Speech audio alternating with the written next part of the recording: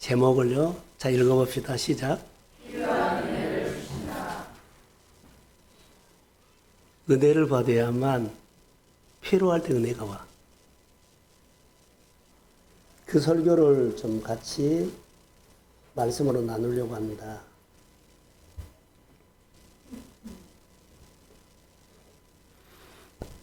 어제 저는 나름대로 금요일 날 설교를 하고 몸이 좀 뒷골이 땡겨가지고 많이 힘들었어요. 그래서 어제 하루 종일 몸을 만드느라고 예를 썼는데 몸을 만든 것보다는 말씀을 그렇게 이 은혜가 정말 나에게 은혜 있느냐 이렇게 묵상을 했습니다. 그래서 하루 종일 예배를 드리는 몸을 만들고 마음을 만들려고 예를 써서 그래도 오늘은 은혜로 괜찮습니다.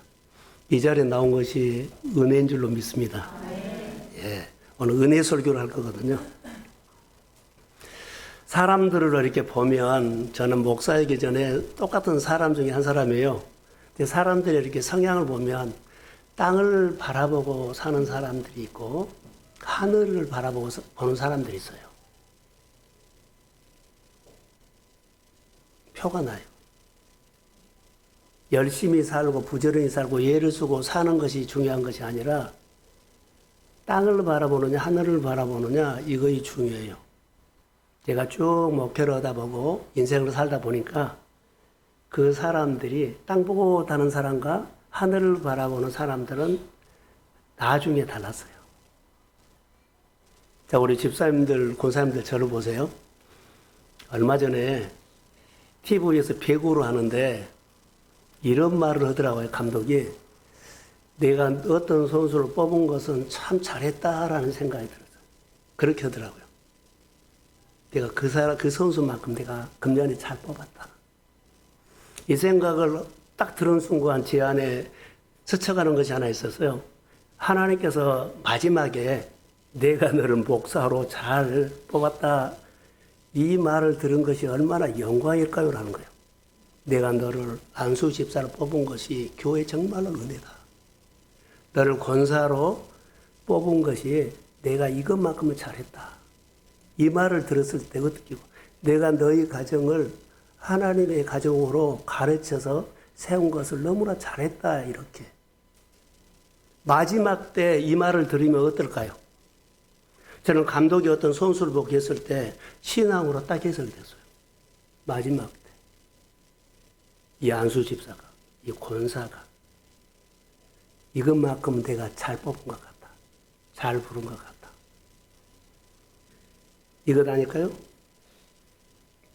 그래서 믿음 생활을 하면서 이렇게 해야 되겠구나 라고 생각이 들었어요. 하나 더 질문 한번 할까요? 여러분, 은혜를 매주 받지요? 얼굴 표정 좀 펴시고. 은혜 받지요? 이쪽 동네는 은혜 받지요? 그럼 은혜를 받은 것을 어디다 보관하세요? 은혜 받는다면서요. 자, 뒤에 권사님들, 자, 은혜 받지요? 그럼 은혜를 어디다 보관하세요? 할렐루야. 예, 마음에다 새겨요. 그러니까 우리가 받은 은혜가 있죠. 받은 은혜를 늘 일상에서 생각하면 그 받은 은혜가 마음에 새겨져요. 이것이 내 삶의 신앙 고백이 돼. 우리 주변에 보면 상처받는 사람들의 얘기를 가끔 들어보면 이런 얘기를 많이 하더라고요. 상처받아요. 은혜도 받아요. 근데 은혜보다도 상처를 또 생각하고 또 생각해갖고 자기 생활에 그 상처가 영향을 미쳐버려요. 그런 것처럼 은혜를 받죠. 왜 은혜를 받은 하나님이 나에게 이런 환경에서 은혜 주셨다 하면 그 은혜가 어때요? 내 안에 살아있어. 은혜 주신 하나님 함께. 아멘 하시오. 은혜 주신 하나님과 함께 해요. 그러면서 그 은혜가 내 마음에 딱 채워 있어. 그리고는 뭘로 나타나요? 행동으로 나타나. 언어로 나타나. 감사로 나타나. 이게 우리가 은혜 생활하는 은혜 나눔의 생활이야. 그래서 은혜 나눔을 해라 그런 거고, 은혜 나눔 훈련을 해라 그런 거예요.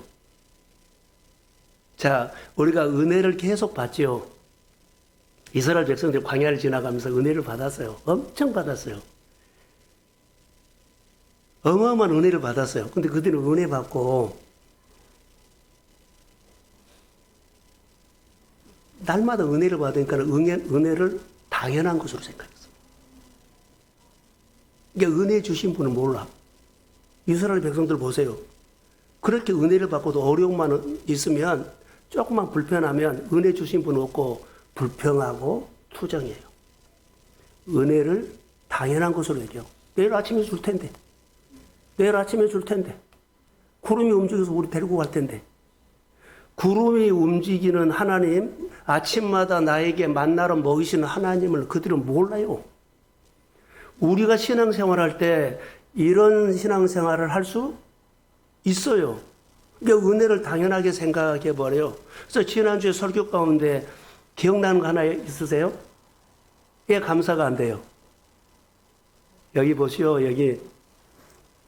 왜 감사가 안 돼요? 하나님께서 베풀어 주는 은혜를 볼 수 있는 거울이 없어. 나에게 많은 은혜를 주었는데 나에게 거울이 없기 때문에 나를 못 본 거예요. 그래서 감사를 못 한 거예요. 우리가 하나님을 왜 몰라요? 모르는 이유가 하나 있어요. 은혜를 받고 사는데 늘 받고 또 그렇게 받고 받기만 하다 보니까는 은혜를 뭘로 여겨요? 당연하게 여겨요. 이제 은혜 주신 분은 모르고 교회 생활하고 은혜 주신 분 모르고 예배 드리고 은혜 주신 분을 잘 모르고 그냥 봉사해요. 이게 이제 우리 가운데 신앙생활의 엇박자예요. 우리 모습이 그럴 수도 있어요. 그래서 은혜를 생각하면 생각할수록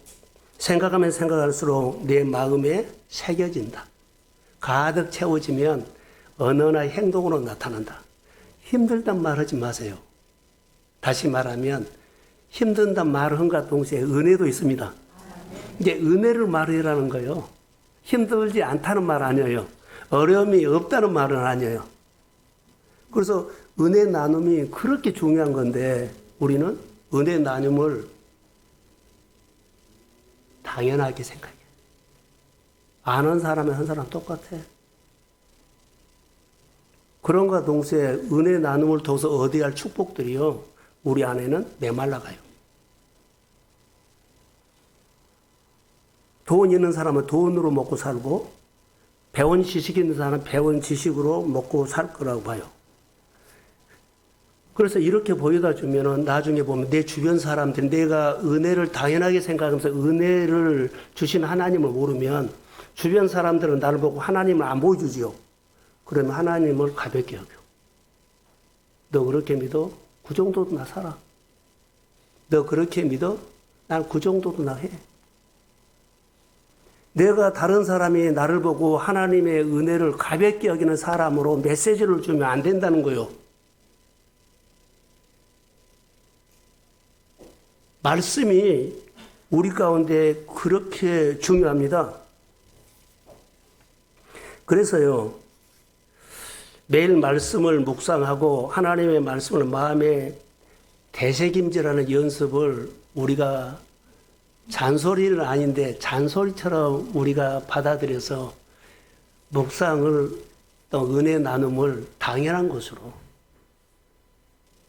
특별한 거예요. 그래서 안 한 거예요. 하나님의 말씀을 내가 경험해야 돼요. 자, 저는 늘 요즘 고민 많이 합니다. 자, 눈잔 뜨고 저를 보세요. 우리 집사님들. 저를 봐요. 말씀을 이론으로 보면 안 돼요. 이론 아니에요. 말씀을 늘 이론으로 생각하거든요. 아닙니다. 말씀이 얼마나 살아있고 운동력이 있는지를 되새김질 해보면 성령이 우리 가운데 느끼게 하고 가르치게 하고 마음에 진동을 줘요. 하나님의 말씀이 얼마나 살아있다는 것. 이게 은혜 나눔을 안 하니까 모르는 거예요. 복음만이 죄와 죽음에서 우리 영혼을 살린다고 복음만이에요. 복음. 복음만이 어두움에서 빛의 자녀로 만들 수 있는 것이 복음이에요. 복음만이 땅을 바라본 사람이 하늘을 바라보게 하는 것이 복음만이 가지고 있는 비밀이에요. 예수 믿는 사람은요, 누구나 복음을 경험해야 돼요. 말씀을 경험해야 된다고요. 말씀을 경험하지 않으면 믿는 사람이나 안 믿는 사람이 똑같아요. 하나님이 나를 부르셔서 믿음의 확신을 주신 경험을 해야 돼요. 새롭게. 아까 제가 배우고 감독이 했던 언어를 다시 할까요? 마지막 날에 내가 너를 뽑은 것이 정말로 잘했다. 배구 선수가 그 해에 우승을 하고 하는 얘기예요. 내가 어떤 선수는 잘 뽑았다. 너만큼은 잘 뽑았다. 우승하고 하는 얘기예요. 마지막 때 하나님께서 우리를 이것만큼은 내가 너를 권사로 세운 것은 정말로 잘했다. 안수 집사로 세운 것은 정말로 잘했다. 너를 세례해 준 것은 정말로 잘했다. 할렐루야. 그 하나님의 마음을 한 번만 생각해 봤으면 좋을 것 같아요. 설교는 바로 이게 설교예요. 이게. 민수기에 보면 여호와는 내게 복을 주시고 너를 지키기를 원하며 여호와는 그의 얼굴을 내게 비추사 은혜 베푸시기를 원합니다. 하나님 우리에게 은혜를 베풀기를 원해요. 그런데 아까 말한 것처럼 은혜를 당연한 여겨버리고 은혜 주신 분을 알려고 하지 않고 은혜만 받고 끝나니까 조그만 어려움이 있고 불편한 게 있으면 탓하고 불평하고 힘들다 그러고 그게 우리의 마음판이 되어버린 거예요. 은혜를 안 받았거나 은혜가 오지 않아서가 아니라 잘못되게 생활해버린 거예요. 신앙생활을 바르게 세워서 믿음으로 사는 것이 말씀인데 말씀이 본질입니다. 예수 그리스도가 본질입니다. 이것을 한 번이라도 더 보게 하고 그 붙잡고 살게 하고 그리고 인격 대 인격으로 주거니 받거니 하나님과 교제하면서 인격적으로 그분의 지도와 그분의 가르침과 그분의 코칭을 받으면서 우리가 오늘을 믿음으로 걸어가야 할 줄로 믿습니다. 이게 중요해요. 성경은 다 은혜 이야기예요. 하나도 은혜가 아닌 것이 없어요. 근데 내 눈에는 은혜로 안 보여요. 혹시 설교를 듣다가 5분도 안 지나서 설교 듣다가 잠든 사람 있나요? 성경을 읽었는데 반 페이지도 못 읽어서 그래도 좋아 하셔야 돼요. 그래도 처음에는 그래 하셔야 돼요. 나는 설교 듣는 근육이 없어. 성경을 읽은 근육이 없기 때문에 괜찮습니다. 시작하셔야 합니다. 그게 은혜예요. 성경에는 은혜라는 단어를 여러 가지로 말하겠지만 사랑도 되지만 헤세드거든요. 지난주에 설교했던 것처럼 자격 없는 나에게 주시는 변질되지 않는 사랑이요. 하나님의 은혜는 우리 손 뒤집은 것처럼 엎었다 뒤집었다 하지 않아요. 내가 너를 지명하여 불렀으면 끝까지 갑니다. 내가 너를 지명하여 불렀으면 끝까지 지켜줍니다. 그래서 신앙 고백과 세례교인이 너무 중요하다는 거. 근데 하나님은 기억하는데 나는 잊어버려. 자격 없는 우리에게 하나님은 1년 동안 우리에게 은혜를 값없이 베풀어 주심을 믿습니다. 감사하시라고 했어요. 1년 동안 베풀어 주셨어요. 하나님의 은혜는 예배 자리에서 느껴요. 세상에서 파티에서 못 느껴요. 상 받은 데서 못 느껴요. 세상에서 박수 친 데서 못 느껴요. 은혜를 느낄 수 있는 것은요, 예배 자리입니다. 예배 자리에서 하나님의 은혜였구나라고 성령의 말씀을 통해서 우리 마음에다가 콕 찍어서 넣어줘요. 사랑하는 성도 여러분, 은혜를 입은 사람 되십시오. 은혜를 경험하셔야 돼요. 그래서 신앙생활은 은혜 세계로 들어가는 겁니다. 땅에서 하늘로. 그래서 히브리서 4장 16절에 보면 때를 따라 돕는 은혜를 얻기 위해서 은혜 보좌 앞에 담대히 나올 것이니라. 그리고 시편 30편 19절에는 하나님께서요, 주를 두려워하는 자들을 위하여 쌓아두신 은혜가 있대요.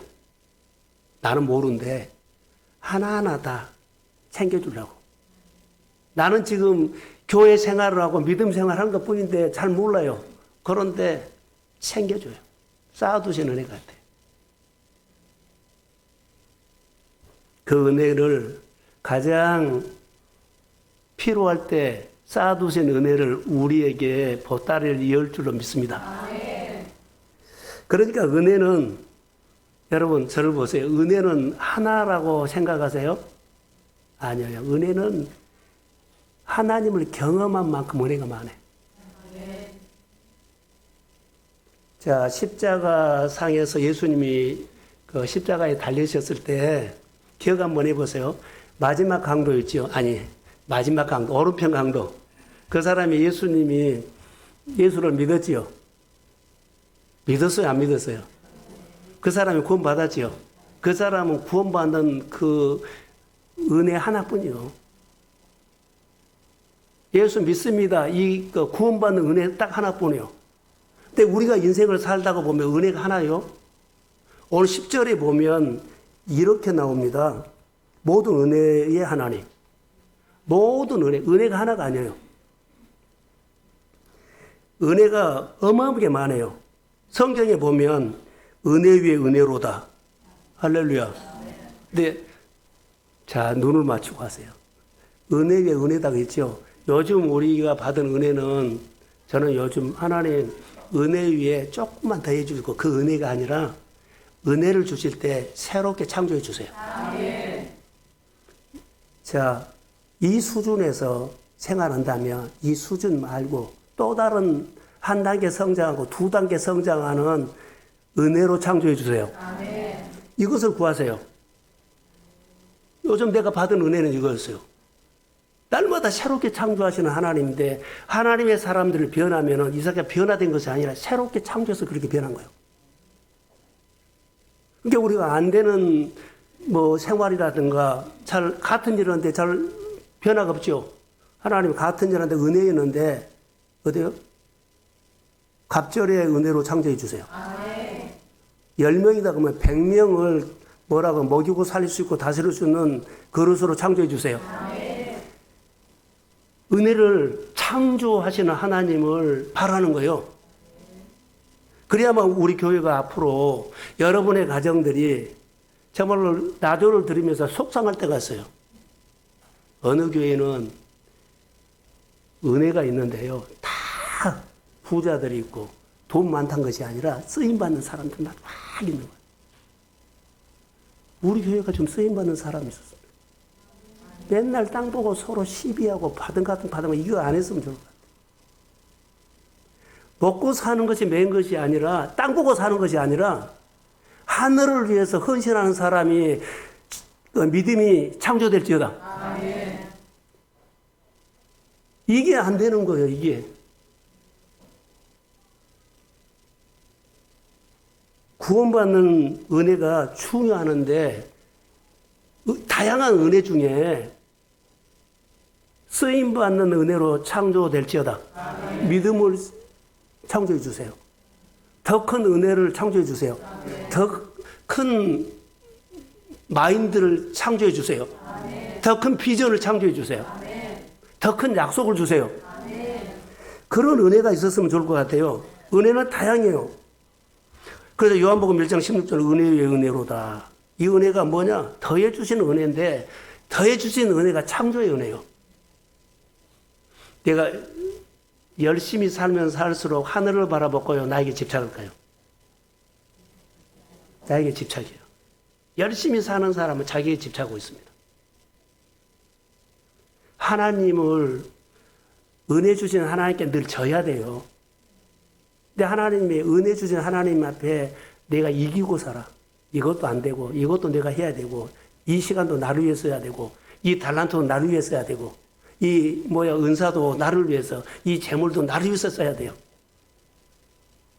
지는 사람이 없어요. 은혜를 알기를 원한다면 하나님 앞에 져야 합니다. 다시 말하면 하나님이 원하는 일에 내가 마친다는 거예요. 그래야만 하나님이 가실 때 내가 따라가면 하나님이 나를 내리막기로 인도하기 위해서 그러지 않아요. 더 큰 도로, 우리가 보지 못하는 넓은 세계로, 우리가 보지 못하는 넓은 좋은 곳으로, 내가 하고 싶은 것으로 나보다 더 나를 잘 알아. 내가 주님 앞에 맞춰야만 주님이 내 인생을 그렇게 인도하는데 내 입장에서는 주님 앞에 진 겁니다. 주님 앞에 맞추는 것이 내가 진 거예요. 지지 않고 내가 할 것 다 하고 그러면은요 계속 땅으로만 갈 거예요.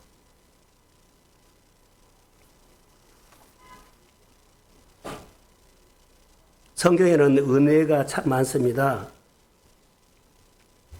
은혜 받는 것, 자 구원받는 은혜, 책망하시는 은혜, 다시 기회를 주신 은혜, 깨닫게 하시는 은혜, 치료하시는 은혜, 길을 여시는 은혜, 새로운 일을 주시는 은혜, 새로운 삶을 풀어주시는 은혜. 이것을 마음에서 늘 그 하나님을 마음에서 또 생각하고 또 생각해 보세요. 그러면 나에게 이런 기회를 주고 여신 하나님 내 마음속 움직이죠. 그럼 내가 그런 것이 눈에 보여.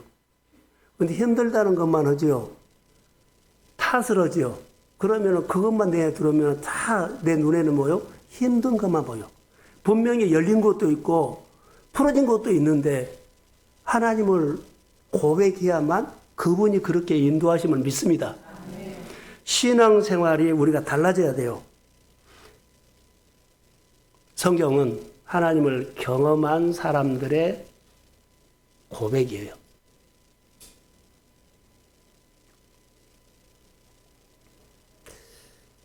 다시요. 하나님을 경험한 사람만 고백하는 은혜.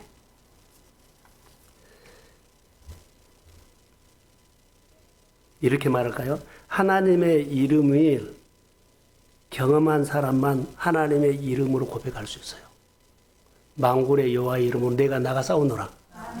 그럼 만군의 여호와의 이름을 고백하는 사람, 하나님의 이름으로 싸워 이겼습니다. 그 사람은 하나님 아는 사람이에요. 내가 경험한 것만 그 이름을 고백하고 그 하나님을 내가 아는 거예요. 다윗은 이런 경험이 너무 많죠.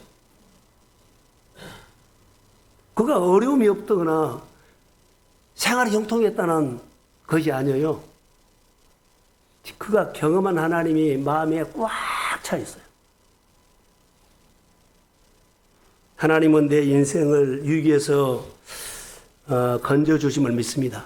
이제 아브라함을 보면은 어떤 하나님을 경험했어요? 여호와 일의 하나님을 그가 경험하고 했어요. 여호와 일에 되신 하나님이 나를 위기에서 건져주셨어요. 준비하신 하나님. 출애굽기 17장에 보면은 이스라엘 백성들 아멜렉과 싸우거든요. 싸우고서 이기고는 그가 어떤 하나님을 고백했어요? 여호와이스 되신 하나님 고백했어요. 어떤 이는 나를 치료하신 하나님, 어떤 이는 나를 준비하신 여호와 일의 하나님, 어떤 하나님은 여호와 이시 되신 하나님, 어떤 사람은 여호와 샬롬 되신 하나님. 이 하나님이 다윗에게는 마음에 생각하면은 그 안에 그 하나님이 살아있어. 사랑하는 성도 여러분, 그 하나님을 여러분이 늘 마음에 또 생각하고 또 생각하면 그 하나님의 이름으로 고백하게 될 줄로 믿습니다. 그것이 내 삶이 돼요. 자, 이렇게 고백한 사람들이 당연한 은혜는 없어. 내가 만난 은혜가 있고 만난 하나님이 있지. 이스라엘 백성들이 당연하게 생각하기 때문에 맨날 그렇게 은혜 주신 하나님은 마음에 하나도 없고 예고만 줘, 예고만.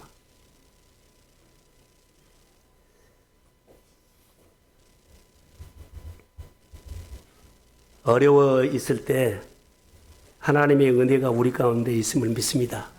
성경 한 구절 여러분 한번 기억해 주세요. 시편 18편 2절에 보면 여호와여, 여호와는 그래놓고 나의 반석이시오, 나의 요새시오, 나를 건지시는 자시오, 나의 피난처시오, 나의 방패시오, 나의 피할 바위시오, 나의 환난 날에 만날 도움이로다. 다 다윗이 경험한 하나님을 이름을 고백한 거예요. 이 하나님을 마음에 많이 경험했죠. 자기가 경험한 하나님이 그에게 복이 됐어. 그러니까 우리가 강도가 예수 믿고 구원받는 그 하나만 복인데 딱 천국만 들어가면 복이 아니에요. 이 땅에 살면서 하나님을 경험하시고 그 하나님으로 인해서 뭐 승리의 하나님, 승리의 복을 받든지 여호와 일의 복을 받든지 여러분 살림의 복을 받든지 도와주시는 은혜를 받든지 그 복을 받으십시오. 복 받은 것은 내 믿음의 신앙 고백을 통해서 하는 겁니다. 그래서 예배 자리라든가 교회 은혜 받으러 나온 거예요. 그 하나님은 언제 만날지 몰라요. 내가 경험한 하나님은 이런 하나님이라고 하나님을 경험하죠. 자, 다시 저를 보세요. 중요한 메시지 하나 저를 봐요. 하나님의 은혜를 경험했죠. 내가 하나님의 은혜를 경험한 하나님을 신앙 고백했죠. 그게 내 마음의 거울이 돼. 그게 거울이요. 내가 힘들 때마다 그 거울이 비춰가고 전에 나 도와주셨는데, 전에 나 위로받았는데, 전에 나 치료했는데 그 거울을 보면서 지금 어려운 것을 이겨나가요. 힘든 것을 구별해요. 그리고 그것을 보면서 내 안에 지혜를 구해요. 그것이 거울이에요. 거울을 어디서 만들어준 것이 아니라 내가 생각하고 고민하고 그 하나님을 만나서 치료하시는 하나님, 은혜 주신 하나님, 여호와 되신 하나님을 만나서 내가 신앙 고백하죠. 그 신앙 고백이 내 마음에 새겨져서 내 거울이 된다고. 야, 어려움이 있는 사람 상담하면 야, 나에게 있는 거울을 말해. 내가 힘들 때 내 안에 주신 그 하나님이 겨우 거울 삼아서 이렇게 이겨나갔고, 이렇게 고백했고, 이렇게 구별했고, 그 사람에게 상담을 해준 거예요. 여러분들 마음속에 하나님이 어떤 하나님인가를 반드시 내 안에 간증, 경험이 있어야 되고, 그 경험한 하나님의 마음에서 살아서 움직이죠. 꽉 채워지면 입으로 나오고 행동으로 나와. 행동으로 나오고 입으로 나온 것들이 내 안에서 그 거울을 보고 행동으로 나온 거야. 감사를 이해 못해요. 거울이 없어 나를 비춰준 것이 없기 때문에 여러분 내 안에 경험한 거울이 없으면 또 어려운 문제가 있으면 또 고민 다 해. 또 낙심 다 해. 또 하품 다 해. 거울이 있으면 안 합니다. 사랑하는 성도 여러분. 그래서 말씀을 내 마음에 받은 은혜를 또 생각하고 또 생각하면서 말씀이 내 안에서 살아있게 하시고 그리고 그 하나님을 고백하시고 그 하나님이 내 안에 거울이 된다고. 어려움이 있을 때마다 그거 생각하면서 전에 이렇게 어려웠는데 그렇죠. 얘기하셨다. 이번에도 어려움이 있으면 나는 못하지만 내 안에 계신 주님이 나를 통해서 능히 하실 수 있다고 믿습니다. 이게 거울이에요. 이게 그래서 우리가 은혜 나눔이라는 거예요. 은혜 나눔을 장난으로 하지 않아야 돼요. 신앙생활을 우리가 할 때 참 잘 하셔야 돼요. 헛되이 은혜를 받지 말라. 그래서 우리 일상에서 순간순간 때를 따라 돕는 은혜가 있죠. 때를 따라 돕는 은혜가 내 마음에 채워지면 그것이 거울이 돼서 야, 이번에 어려움도 때에 따라 돕는 은혜가 있다. 하나님 기대하자. 하나님 인도할 것이다. 하나님께서 역사할 것이다. 때에 따라 돕는 은혜가 있는 사람은 그것을 거울로 삼아서 야, 전번에 하셨으니까 믿음으로 의존하자. 주님이 하십니다. 거울을 보고 그 하나님을 보면서 그 하나님이 또 역사할 것을 기대합니다. 이게 뭐라고요? 신앙생활. 이게 신앙생활이에요. 그런데 만약에 때를 따라 돕는 은혜를 얻기 위해서 은혜의 보좌 앞에서 은혜를 받았죠. 만약에 은혜 받고 교만한 사람도 생겨요. 은혜 받고 교만한 생각이 살면 내 안에 있는 거울을 깨버려서 거울이 안 보이죠. 그럼 또 너의 생각으로 오면 때를 따라 돕는 은혜가 점점 없어져. 때에 따라 돕는 은혜가 내 안에서 점점 지워져. 힘들어져요. 때에 따라 돕는 은혜를 받은 그 마음에 새겨지는 간증이 있죠. 이것을 소멸하지 말으라고. 은혜를 깨버리면 그 다음부터는 그 은혜를 붙잡으려는데 은혜가 안 붙잡아져. 이게 힘이 없어져. 점점. 때를 따라 돕는 은혜가 내 안에서 없어져 버린 거예요. 하나님을 신뢰하는 것도 없어져 버려. 하나님을 의존하는 것도 좀 더 약해져 버려요. 누가 만든 것이 아니라 내가 그렇게 만든 겁니다. 때를 따라 돕는 은혜를 구하면 우리 안에 하나님 구할 때마다 더 좋은 곳으로, 더 귀한 것으로, 큰 그릇으로 창조해 주세요. 아멘. 야고보서 4장 6절에 보니까 더 큰 은혜를 주시나니 이렇게 나왔어요. 하나님의 교만한 자를 물리치시고 겸손한 자에게 은혜를 준다고 본문에도 그랬거든요. 저는 은혜라는 단어를 좀 더 묵상하려고 그래요. 우리가 은혜로 살아왔습니다. 아멘. 자, 옆 사람에게 쳐다보면 양쪽으로 은혜로 삽시다. 은혜로 삽시다. 은혜로 삽시다. 은혜로 살아야 돼요. 은혜로. 저는 감사하는 것이 있어요. 특별히 영적으로 저는 목회하면서 슬럼프는 없었던 것 같아요. 항상 은혜가 있었어요. 힘든 것은 있었지만 항상 뭐 번아웃되고 그런 것은 아니죠. 어렵지만 몸이 아프고 여러 가지 어려운 일도 있지만은 마음에 항상 불씨가 있었어요. 다시 말하면 내 안에 성령이 있더라고요. 성령. 하나님의 은혜는 뭔 줄 아세요? 내 삶을 비추는 빛이에요. 은혜는 내 삶을 비추는 빛. 빛이 누구예요? 예수예요, 예수. 예수님은 내가 세상에 뭐라 그랬어요? 빛이라 그랬어요. 예수의 이름이 은혜입니다. 아멘. 예수 이름으로 모여서 예배하는 것이 은혜입니다. 아멘. 그냥 그것밖에 없는데 풀어주기 시작해. 저는 우리 교회 성도들이 예배드리고 은혜 받고 삶이 풀어졌다는 이야기가 풍성하기를 소망합니다. 아멘. 그리고 더 좋은 은혜, 더 큰 은혜, 복 받은 그릇이 커지고 아멘. 하나님 앞에 받은 감동이 더 커지고 아멘. 그래서 은혜 나눔이 막 시간 간지 모르고 해야 돼. 만약 은혜가 없으면 살아갈 수가 없어요. 이따 찬양할 텐데요. 은혜가 없으면 살아갈 수 없다고 해야 돼. 우리 교회라든가 우리 한 사람 한 사람이 은혜에 목말라서 하나님의 전을 찾아오기를 소망합니다. 아멘. 은혜. 어둠은 우리가 은혜로 사는데, 자, 어둠의 생각은요, 잘 들었어요. 어둠의 생각은 우리가 은혜로 살아야 되죠. 근데 은혜를 찾고, 야, 당연한 거야. 또 줘.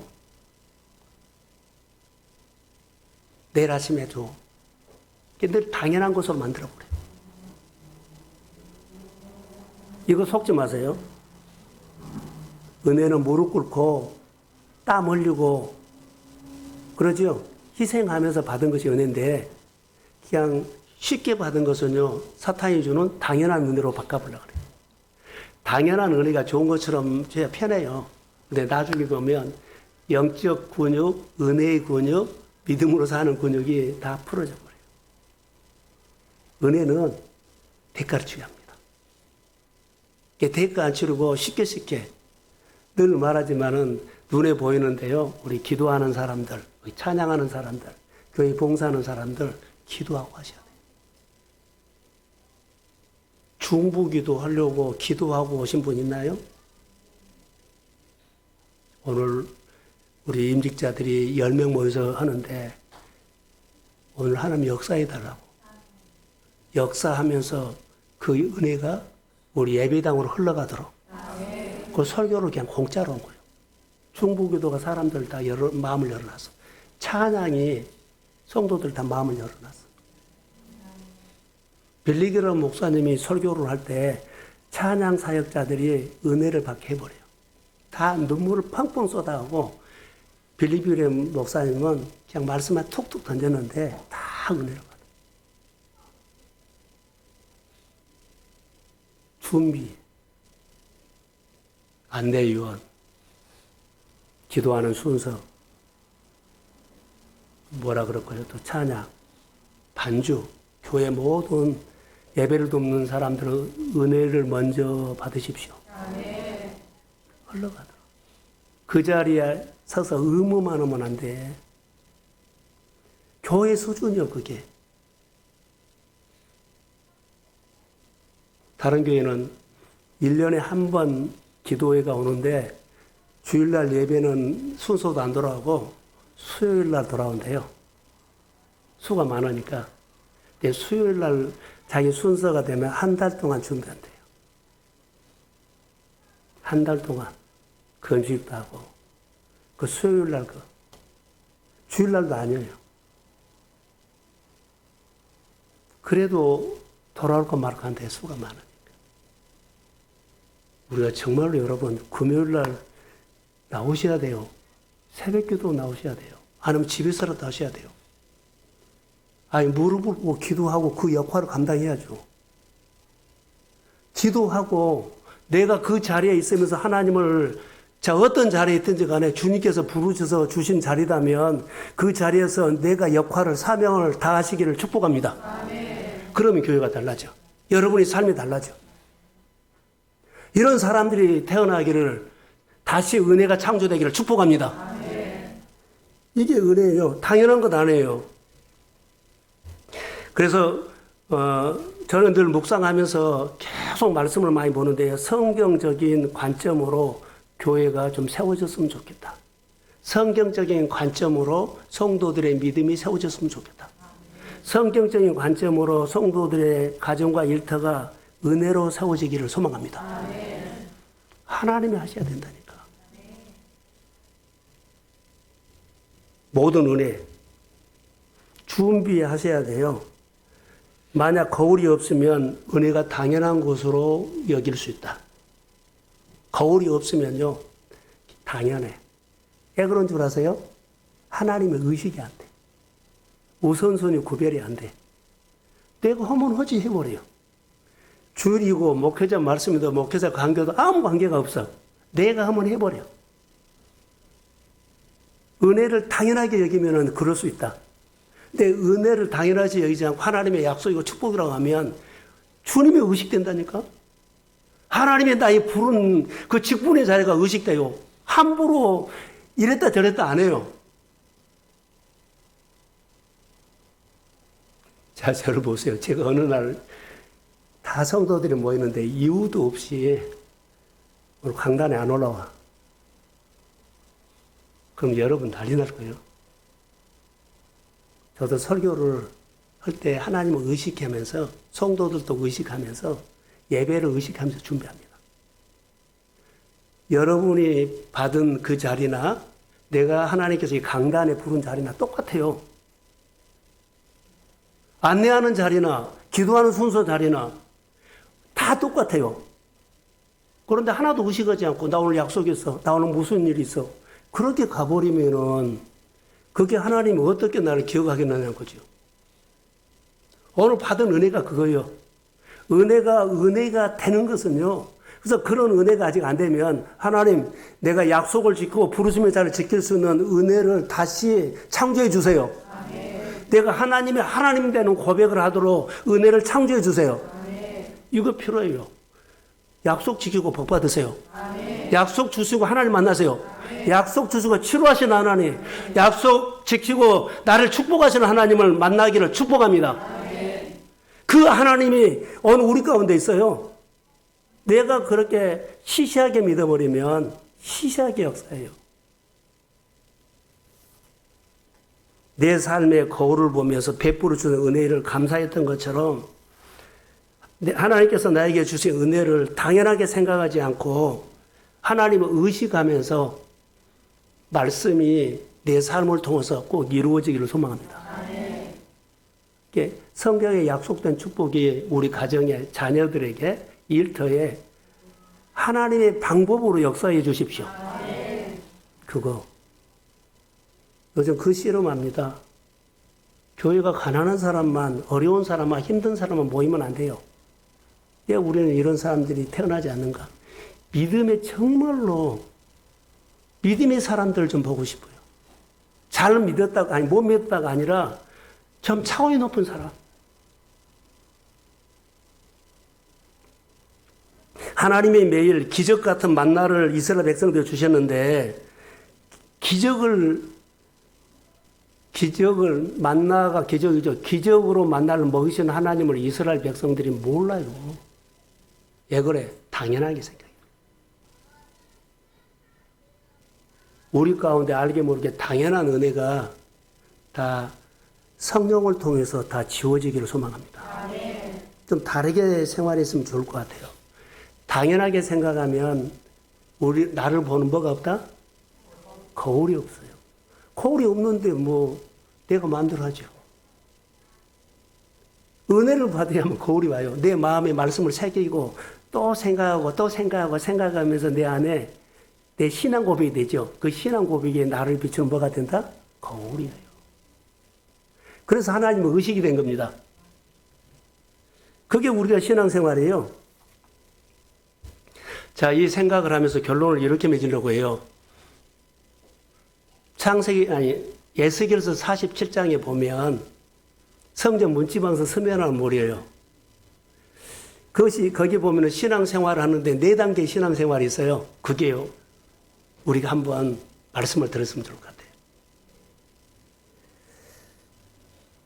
자, 거기 보면 환상을 보죠. 자, 물이 뭐 1,000척을 측량하니 무릎, 발목, 그 다음에 무릎, 그 다음에 허리, 그 다음에 임직접 고백하세요. 따라하세요. 발목. 잠 깨우려고 그래요. 무릎, 허리, 가슴. 이 신앙의 4단계인데 나는 어딘가 한번 설교 갈 테니까 한번 자기를 진단해 보세요. 하나님의 은혜를 받는 경험이 성전 문지방에서 스며난 물이죠. 스며난 물이 내가 은혜 받는 경험이 하나님을 경험한 경험이 대세김질에서 어디로 나와요? 입으로, 행동으로 나온 것이 성전 문지방에서 스며나온 내 신앙생활의 은혜의 물이에요. 성전 문지방에서 스며나면 내 마음이 성전이잖아요. 그러니까 내가 하나님을 경험한 은혜 받는 경험이 있어요. 이것을 내가 생각하면서 이것이 내 안에 꽉 차면 언어로, 행동으로, 섬김으로, 예배로, 사역으로 나와요. 근데 이것이 흐르는 곳마다 역사가 일어나거든요. 그런데 여기서 은혜를 보면 오늘 본문에도 그래. 하나님의 능하신 손 아래서 겸손하라. 때가 되면 너를 높이리라 그랬어요. 그러니까는 여기 47장에 나오는 이 말씀으로 저는 이렇게 생각을 해봤어요. 에스겔에 보는 환상을 봤는데 성전 문지방에서 스며나는 물이 은혜를 경험한 물이고 하나님을 경험한 물이다. 그래서 내가 하나님을 경험해서 그분이 오셨어. 그 은혜로 그 문제가 풀어졌어. 그 문제로 그거 뛰어넘었어. 이것을 늘 생각하죠. 그러면 언어로 나오고 행동으로 나오죠. 그게 은혜의 물이라고. 근데 이 은혜의 물이 어떤 얘기는 발목신앙, 어떤 얘기는 무릎신앙, 어떤 얘기는 허리신앙, 어떤 이는 헤엄칠 만한 가슴신앙이 된 거예요. 우리 신앙의 평가를 자기를 이렇게 한번 거울로 한번 봐보세요. 자, 발목 신앙 은혜는 발목 신앙의 은혜를 뭘로 평가하냐면 어떤 일을 시작할 때 은혜가 돼요. 근데 우리가 늘 이런 말을 하죠. 무슨 말 하냐면 발 담궜다는 말 들으죠? 듣지요? 교회에 발 담근 신앙. 교회에 발 담근 신앙. 교회에 나오는 은혜에 발 담근 신앙. 성장은 아니에요. 근데 이 사람을 평가하고 적용을 하면 강가나 바닷가에 가면 모래사장 있죠. 발목에 있는데 발목에 차는 물이 있죠. 뛰어가면 어때요? 첨벙첨벙 뛰어갈 수 있죠. 안 뛰어봤어요? 첨벙첨벙 뛰어갈 수 있잖아요. 내 마음대로 할 수 있어. 그러니까 은혜를 받았는데 교회 생활을 막 여기서 저기서 첨벙첨벙하게 돼. 은혜를 받았는데 첨벙첨벙 다녀. 그게 발목 신앙이에요. 우리가 이런 과정과 계절을 지나는데 자, 장로님이나 목회자들 이렇게 다니면 안 되잖아요. 은혜 받고 발목 신앙 가지고 임직을 받거나 목회를 해버리면 엉망이에요. 하나는 못 봐요. 어떨 때는 자기 마음대로 첨벙첨벙.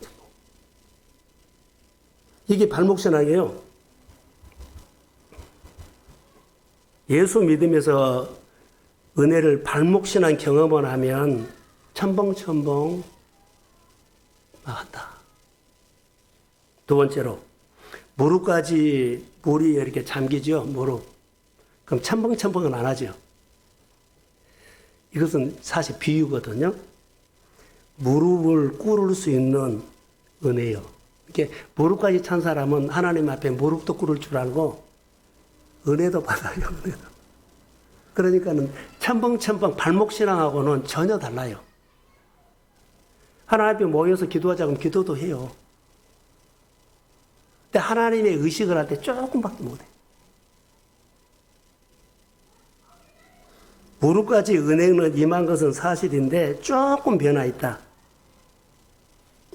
주님을 의식하는데 아직은 내 의식이 강해.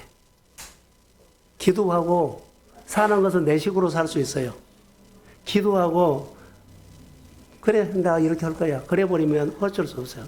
이 사람이 무릎 신앙의 단계예요. 무릎 정도만 돼도 내 마음대로 하는 것이 좀 자제가 돼. 첨벙첨벙은 안 해.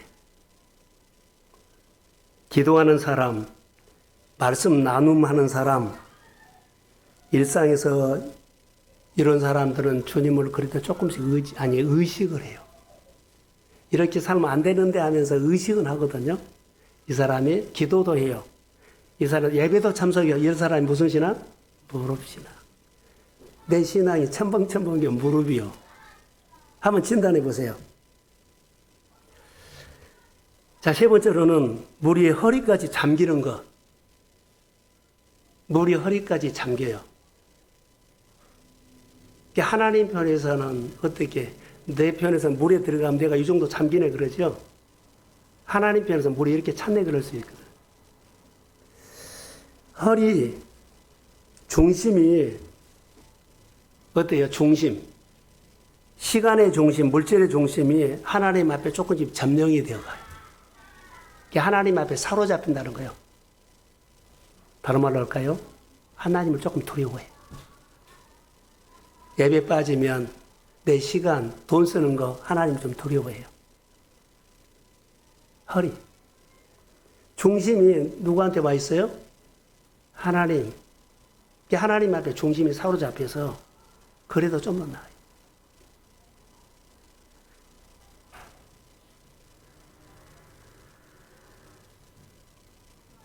내 여러 가지 내 일상의 생활에서 계획을 세울 때 허리까지 잡힌 사람들은 하나님을 꼭 포함시켜.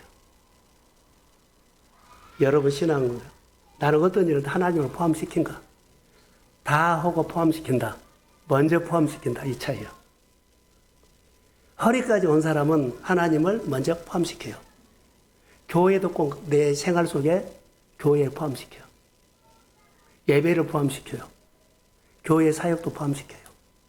허리까지. 그래서 우선순위가 먼저 하나님이라는 것이 되죠. 그러니까 허리까지 오면은 어느 정도 교회 생활할 때 예배 구별이 돼. 예배 구별을 안 되는 사람들이 많아요. 예배 구별. 구별하는 신앙이 된다는 거죠. 그게 믿음이에요. 허리까지 차면. 그러면 물이 허리까지 차오르면 물 속에 걸어가 보시면 어떨까요? 첨벙첨벙은 아니죠. 무릎까지도 아니죠. 허리까지만 걸어가는데 내 마음대로 못해. 성령이 사로잡혀서, 말씀에 사로잡혀서 살 때가 많습니다. 절대로 내 마음대로 잘 못 걸어요. 물에서 걸어보세요. 내 마음대로 절대 못 걸어요. 계획을 세워도 반드시 주님을 먼저 생각하고, 그리고 이런 사람들은 거울이 있어. 내 신앙생활을 한번 비춰보세요. 이런 사람들은요, 거울은 내가 만든 것이 하나님이 준 거예요. 은혜 받은 것을 고백하고, 그 은혜 받은 것이 고백한 것이, 도와준 것이, 경험한 것이 거울이 돼서 다른 일이 있을 때 그것을 비추어서 내가 하나님을 또 만나는 거예요. 그게 거울이에요. 자, 직분을 받으면 어떨까요? 직분을 받으면 직분자의 역할을 해야 되죠. 그런데 은혜에 사로잡히면 역할을 해요. 그런데 하나님이 주신 직분이 거울이 있어요. 이 정도 허리까지 오면 하나님께서 나에게 주신 직분이 거울이 돼. 이 직분 때문에 함부로 못해.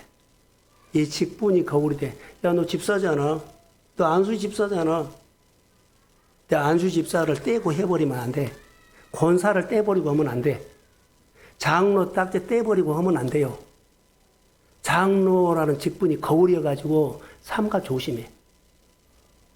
성도들이거나 교회나 믿음 생활하는데, 예배 생활하는데 이것이 거울이 돼서, 그래서 참석하는 거요. 그래서 아멘하고 순종한 거요. 그 거울이 되니까는 그런 거요.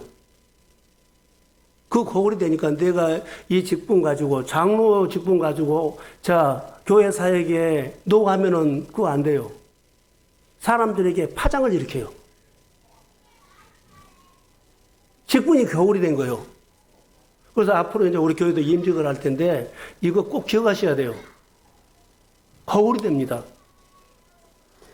하나님께서 주신 직분이 거울이 내 신앙을 비춘다. 그리고 가슴까지 차는 것은 물이 차오르죠. 가슴까지 차오르면 그때는 은혜 속에 돼요. 그래서 다시 말하면 이런 분들은 하나님 앞에 지는 사람이에요. 이런 사람들은 하나님에게 맞추는 사람이요. 어떤 설교를 하든지 어떤 교회 일을 하든지 하나님이 진행할 거니까 우리는 믿음으로 따라갑시다. 이거 아멘 하는 사람들이요. 내가 하지 않아요. 하나님이 나를 움직이는데.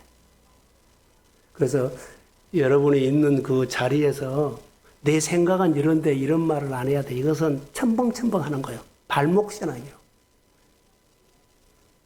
하나님을 의식하고 직분을 의식하면서 믿음의 자리에서 청지기의 역할을 은혜로 감당하시기를 주의 이름으로 축복합니다. 그래서 우리 안에 진짜 가슴에 차오르는 은혜를 걸어봐야 돼요. 자, 여기까지 목까지 차지요. 그럼 한번 걸어보세요. 잘 안 걸어져. 이게 나는 하나님의 은혜 속에 산다는 것이 바로 이 부분이에요. 아무리 다른 사람 놓여도 아니야, 나는 있어야. 우리는 결정권이 없어. 하나님이 하셔. 이해가 안 되고 해석이 안 되지만 믿음으로 따라가면 돼. 이것이 진짜 우리가 신앙생활 할 때 조심해야 할 부분이에요. 그래서 더 큰 은혜는 우리 어디까지 찾지요? 어디까지 차버리면 어떡해요? 아구까지 찬다 그러잖아. 그래야만 하나님께서 은혜를 줘요. 항아리 아구까지. 기적을 여러분의 손을 이런 사람들에게 하나님께서 엄청나게 복을 줘. 은혜가 여러분 가슴보다 그 위로 아구가 채워서 은혜가 흘러 넘치기를 소원합니다. 그래서 좀 우리 성도들이 잘 됐으면 좋을 것 같아요. 그리고 지금 있는 것 가지고 첨벙첨벙 다니지 마라. 하나님 의식하고 그 자리에서 사명을 감당하는 믿음의 역할을 하기를 주의 이름으로 축복합니다. 그래서 내가 예수와 함께 죽어야 돼요. 지는 사람 돼야 돼요. 그래서 간증이 있고 거울이 있어요. 그래서 이런 사람들이 하나님은요, 은혜를, 피반 은혜를 하나님이 알아서 주십니다. 때에 따라 주십니다. 은혜가 은혜되는 우리 교회의 삶이 정말로 변화되기를 자 부탁합니다. 저를 보세요. 부탁할 것이 있어요. 우리 임직자들 어르신들은요, 우리 교회 자녀들 청년들을 위해서 정말 금식 한번 해주세요. 그들의 삶이 본 것보다도 훨씬 어렵습니다. 우리가 기도해 주지 않으면 안 돼요. 너는 네가 알아서 해야 아니요. 기도해 줘야 돼요. 그들이 헤어나질 못하고 있어. 생각에서, 어두움에서, 자기에게서 빠져나오지 못하고 있어. 제가 보는 관점은 그래요. 어른들이 이때 기도해야 돼요. 직분 몰라 받았어요? 교회가 기도해라 그럴 때 기도한 장소에 나와야지. 여러분의 자녀들 이렇게 한번 보세요. 그 환경과 그 생각에서 나오지 못해. 우리 어른들은 그 전에 자수성가하고 그때하고 지금은 전혀 달라. 오늘 하나님을 의식하면서 여러분, 초등학교, 중학교, 고등학교 청년들 결혼 진로들을요, 여러분 누가 해결해 줘요? 우리 교회 어른들이 기도해가지고 그들을 기도해서 우리 중보기도를 통해서 그들이 열리기를 소망합니다. 그래서 다 열리도록 결혼, 취업, 진로 다 헤매고 있어요. 나오들 못하고 있어요. 여러분 그렇게 안 보여요? 저는 그렇게 보여요. 청년들이나 학생들이 다 갇혀서 못 나와요. 헤매고 있어요. 그들의 생활이 그런 거 아니라 갇혀서 그래요. 부탁합니다. 생각으로, 질병으로, 환경으로 다 이렇게 갇혀 있어요. 기도할 때요, 기도할 때.